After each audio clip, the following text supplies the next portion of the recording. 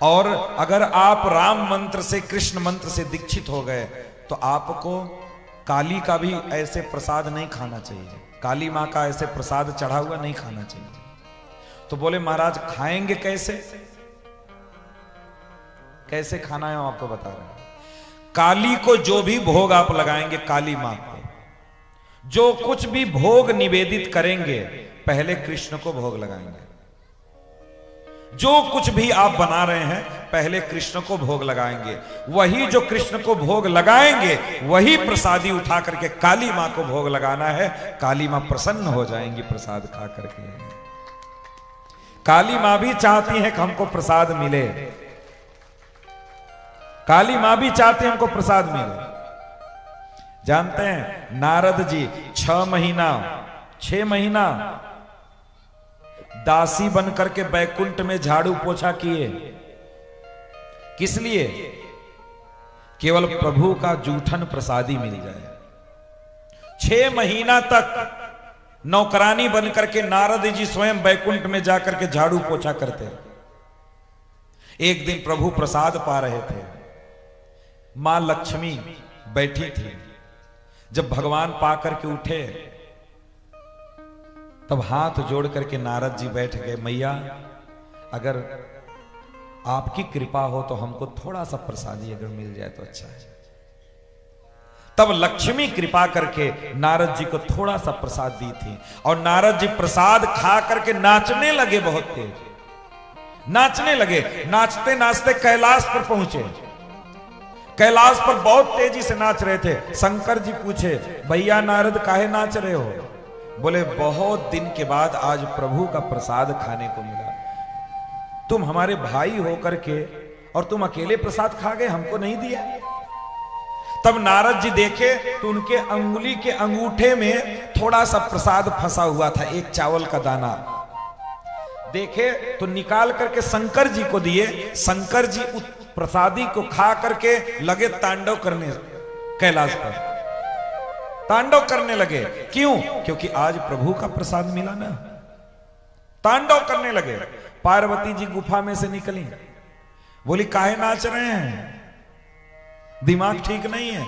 बोले अब कहां दिमाग ठीक रहेगा, आज प्रभु का प्रसाद मिल गया। बोले मैं धर्म पत्नी हूं, अकेले ही खा गए प्रसाद, हमको नहीं पूछे। पार्वती जी रुष्ट हो गई थी। ये प्रसाद की महिमा है।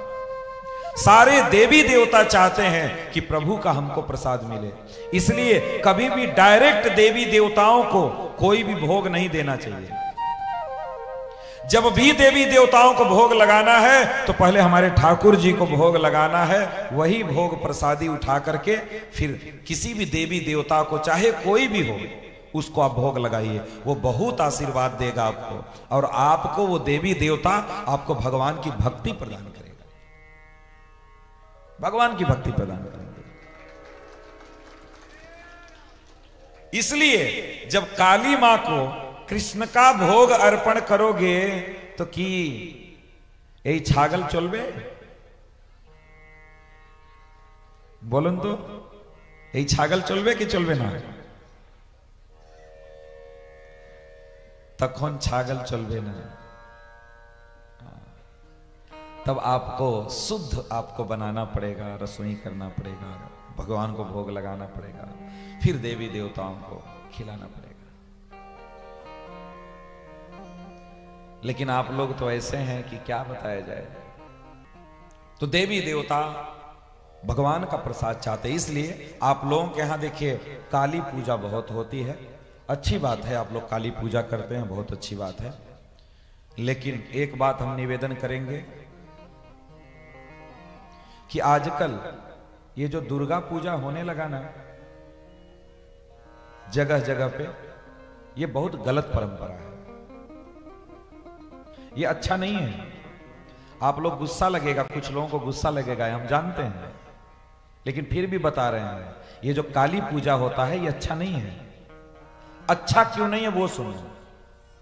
काली पूजा करना है, दुर्गा पूजा करना है, लेकिन जहां प्रतिष्ठित मंदिर है वहां करना है।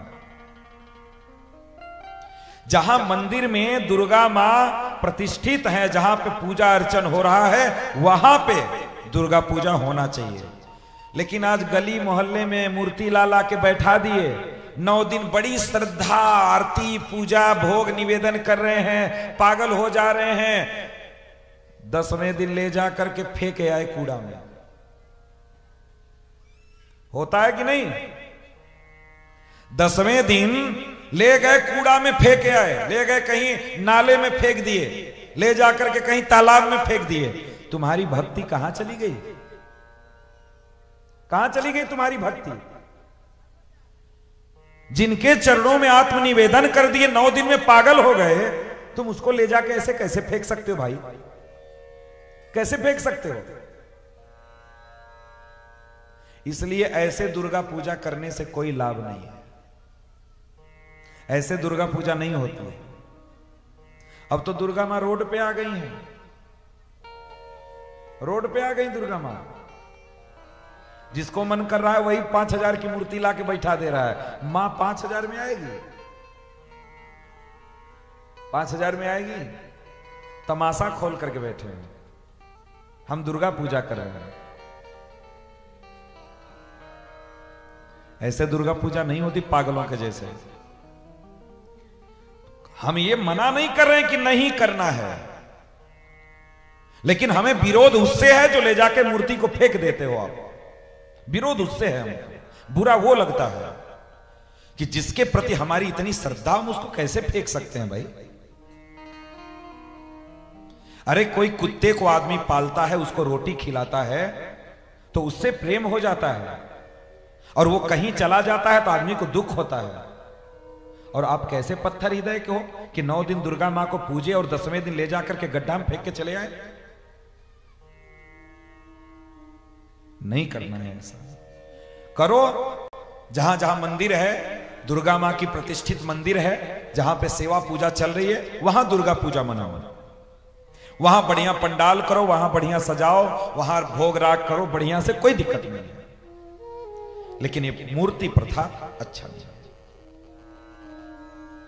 और नहीं तो मूर्ति को रखे रहो ना, क्यों फेंकते क्यों हो? अगले साल फिर काम देंगे।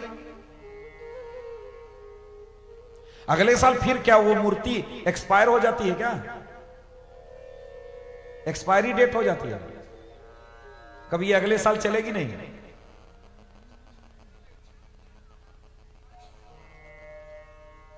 वाह भाई वाह। जो फिर एक्सपायर हो जाए तो फिर वो दवा काहेगी भैया? लेकिन कोई बात नहीं, अब तो देसी घी पर भी लिख के बिकने लगा कि एक्सपायरी डेट इतना से इतना। हमारे बाप दादा तो कभी नहीं लिखे कि एक्सपायरी डेट का घी है ये। तो अब सब चलता है, अब सब होने लगा। तो डायरेक्ट देवी देवताओं को भोग नहीं देना है, पहले भगवान कृष्ण को भोग अर्पण करना है, उसके बाद फिर काली मां को अर्पण करना है। हम लोग देखो ऐसे ही करते हैं। हम लोग विद्यालय में गुरुकुल में पढ़ रहे थे, तो जब सरस्वती पूजा होता था तो सरस्वती पूजा के दिन हमारे गुरुजी यही करते थे। पहले ठाकुर जी को भोग निवेदित करते थे, फिर वही भोग सरस्वती को निवेदित करते थे। और यही सही नियम है। हम वैष्णवों को ऐसा ही करना चाहिए, ऐसा ही करना चाहिए।